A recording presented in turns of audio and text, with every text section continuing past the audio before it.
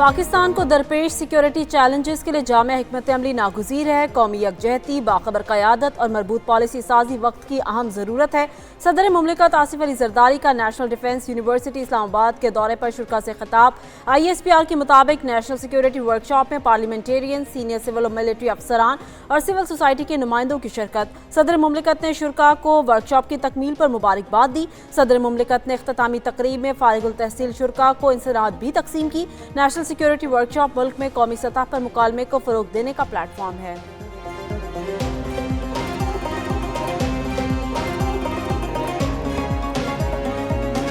آپ کو یہ منظر آپ کی آنکھ کو اچھا لگے گا کہ عسکری بینک جل رہے، کور کمانڈر کا گھر جل رہے، سیاسی جماعتوں کے دفاتر جل رہے، لوگوں کے گھروں پر حملے، رانا ثناء اللہ کے اور شہباز شریف صاحب کے گھر پر حملے کیے جا رہے، املاک کو آگ لگائی جا رہی ہے، ایمبولینسز کو جلایا جا رہا ہے، ریڈیو پاکستان کو آگ لگی ہوئی ہے اور سارا پاکستان جل رہا ہے۔ یہ آپ چاہتے ہیں؟ اور اگر یہی کام TLP کرتی ہے آپ بین کر دیتے ہیں۔ یہ کوئی انوکھا لاڈ لے یار۔ آئین لکھنے کا حق صرف پارلیمنٹ کو ہے۔ نظام عدل میں لوگوں کو بر وقت انصاف ملنا چاہیے۔ ملک میں بغیر ثبوت کسی پر الزام لگانے کی اجازت نہیں ہونی چاہیے۔ اسپیکر پنجاب اسمبلی ملک احمد خان کی لاہور میں میڈیا سے گفتگو۔ کہا بانی PTI نے اپنے دور میں سیاسی انتقام لیا، پارلیمنٹ پر بھی حملہ کیا۔ بانی نے شہباز شریف کے خلاف جھوٹے الزامات لگائے۔ ایک کیس 8 سال میں کیوں حل نہ ہو سکا؟ یہ سسٹم کی ناکامی ہے۔ یہ چاہتے ہیں کہ ملک کے تمام اداروں کو بے توقیر کر دیا جائے۔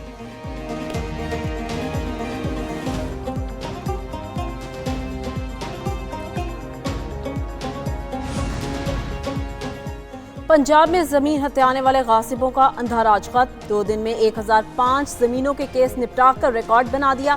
وزیر اعلیٰ مریم نواز کی سربراہی میں پراپرٹی آرڈیننس کے مؤثر نفاذ پر اہم اجلاس۔ بریفنگ میں بتایا گیا برسوں سے عدالتی چکر کاٹنے والے 1000 سے زائد خاندانوں کو 48 گھنٹوں میں ان کی زمین کی ملکیت کا حق واپس مل گیا۔ وزیر اعلیٰ مریم نواز نے حکم دیا زمین کے کیس کا جیسے فیصلہ ہوگا فوری قبضہ بھی ہوگا، کوئی سفارش، تاخیر یا کوتاہی برداشت نہیں ہوگی۔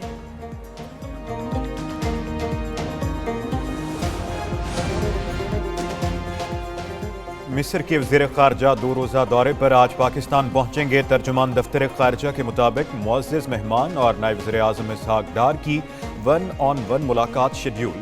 2 طرفہ تعلقات اور علاقائی اور عالمی امور پر تبادلہ خیال ہوگا۔ مصر کے وزیر خارجہ کا دورہ سیاسی، اقتصادی، دفاعی، ثقافتی اور عوامی روابط کو مزید مستحکم کرے گا۔ دونوں رہنما غزہ کی صورتحال سمیت بین الاقوامی امور پر بھی بات چیت کریں گے۔ دورے سے پاکستان اور مصر کی شراکت داری کو مزید فروغ ملے گا۔ وفاقی وزیر داخلہ محسن نقوی کا اسلام آباد ایئرپورٹ کا اچانک دورہ۔ 2 گھنٹے تک ایئرپورٹ پر امیگریشن پروسیس کا جائزہ لیا، مسافروں سے بھی بات چیت کی۔ مسافر کی 7 نومبر کو امیگریشن پر کم عملہ ہونے کی شکایت کا سخت نوٹس، انکوائری کا حکم۔ وزیر داخلہ کا ویزا ایجنٹس کے خلاف کریک ڈاؤن کا حکم، ہدایات جاری کر کے ضروری دستاویزات کے حامل کسی مسافر کو سفر سے نہ روکا جائے۔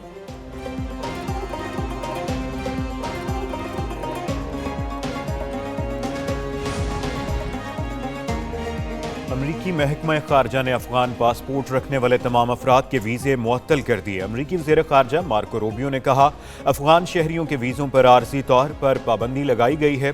امریکی شہریت اور امیگریشن سروسز نے بھی تمام پناہ گزین درخواستوں پر فیصلہ روک دیا۔ امریکی صدر ڈونلڈ ٹرمپ نے واشنگٹن میں نیشنل گارڈ اہلکار پر حملے کے بعد سخت ترین امیگریشن اقدامات کا اعلان کیا تھا۔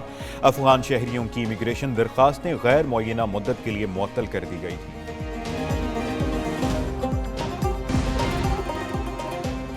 IMF کی جاری کردہ رپورٹ میں مودی سرکار کا معاشی فریب، بے نقاب بھارتی معیشت کے جھوٹے بیانیے عالمی اداروں نے مسترد کر دیے۔